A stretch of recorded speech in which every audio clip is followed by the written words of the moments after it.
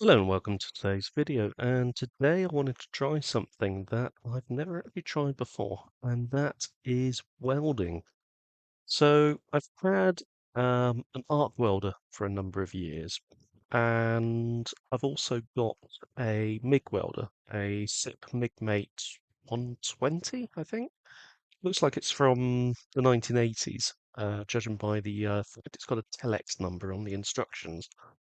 Now, as you can see in front of me cleaning this piece of metal is my test subject. It is the mother-in-law's Almera, it's an N16 Almera, 2001, and it has some rust on the rear edge of the sills. So basically at the back of the sills there is some rust on the outer sill, which has made its way through into the inner arch area. The actual inner sill is fine. There was a bit of surface rust on it, which I cleared up with some dinitrile rust preventer primer stuff. But the actual inner sill itself is absolutely fine. It's solid, which is good. So before commencing all of the work that you can see I'm doing here, I cut out the metal from the sill itself. So, in other words, the rusty metal, and cut it back to straight edge of good metal. Using the grinder, I also ground away the Schultz type covering that's on the sill and got it prepped ready for welding. Now, the way that the rust had actually gone is it had gone and started to attack the actual arch lip itself. So I managed to save a bit of the arch lip. It's not pretty, but it is saved. Now, one of the big things is making sure that any metal you're going to be using is rust free. So you can see here that I've cleaned up this piece of metal.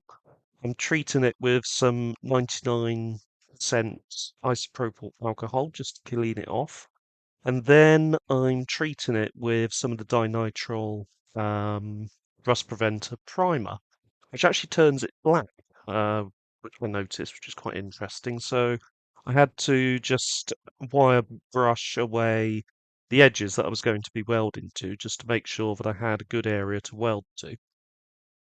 Now back to that arch lip. If I was going to do this properly, I probably would have made a new piece of metal to replace the lip itself, because the metal was, to be honest with you, it was literally too thin to actually weld to. If I had tried welding to it, I would have blown it to pieces.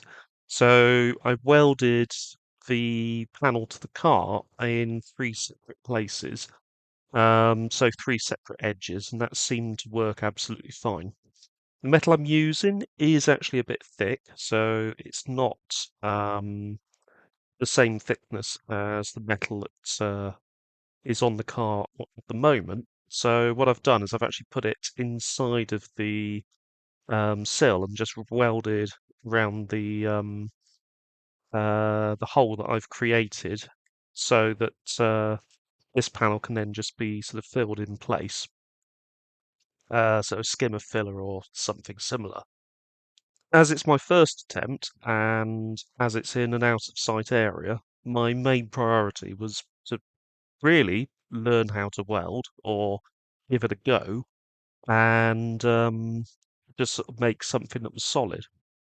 Now, because this welder hasn't been used for 10 years, I noted that the actual uh, rollers that pull the wire through, and I'm using 0.6 mm wire, incidentally, the rollers that pull the wire through were not gripping the wire properly. And that was due to a build-up of rust.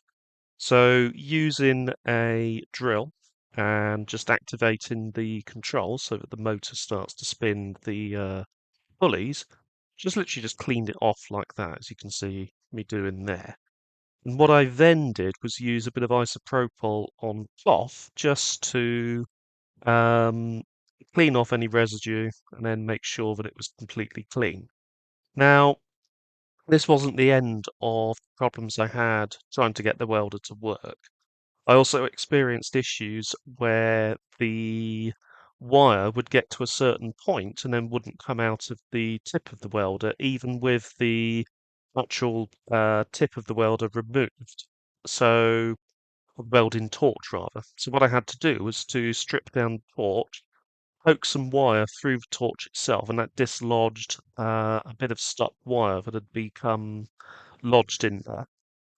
You can actually buy the complete torch assembly with the gas feed for I think about 39 to £40. So that is, if I need one, a possible option for some point in the future.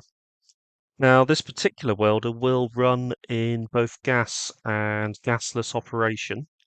And what I discovered was, whilst welding, I managed to get an absolutely perfect, well, not perfect, but I managed to get a good, um, consistent weld during my second test.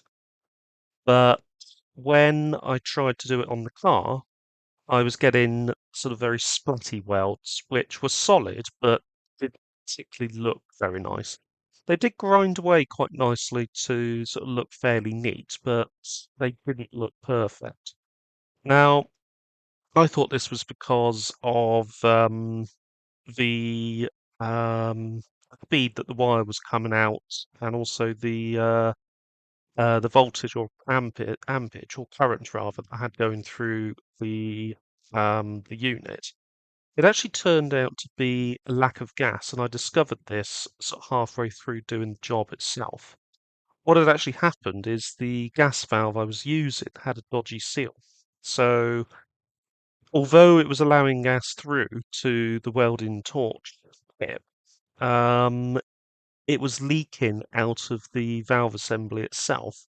So I think it's just a little rubber O-ring. I've got a selection of O-rings I can use to replace it. So the next time I give this a go, I'm going to just quickly rebuild the valve itself before I start welding again. And obviously in between welding, I'll actually just disconnect the bottle from the valve itself so I don't waste any more gas than I need to.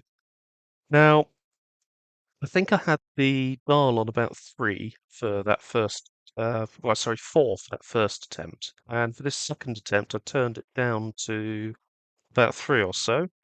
Um, had it on gas mode, had the wire speed on low, and cleaned up the area a little bit more before attempting the weld again. Now, bear in mind, this is my first, well, actually, this was my second attempt at welding ever. And as you can see, I'm just trying a couple of split welds there.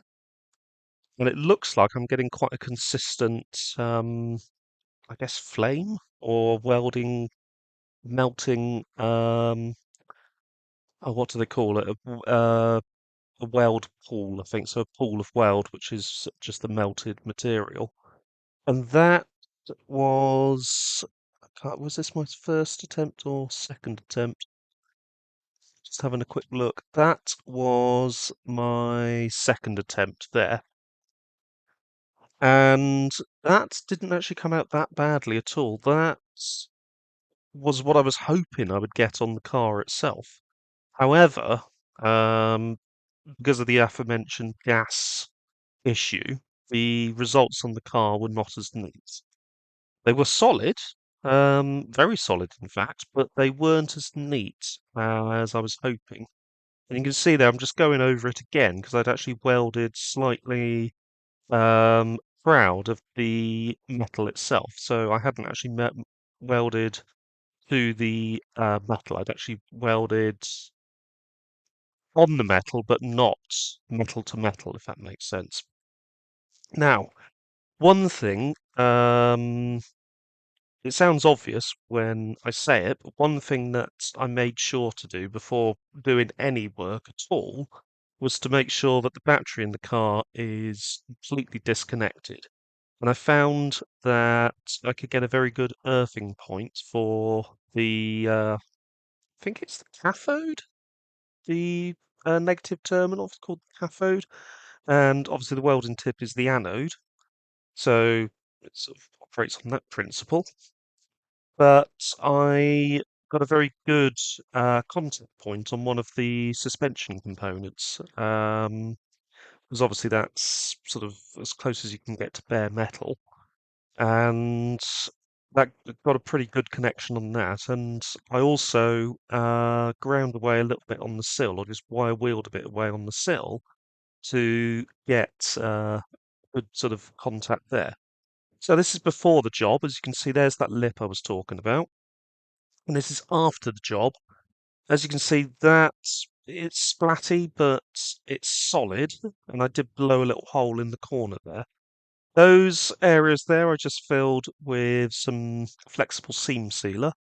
Bottom plate is in place, and I just coated that with flexible seam sealer, filled the sills with dinitrile because there are some access points on the sills, and that was that. And then just covered it with some Tetraseal.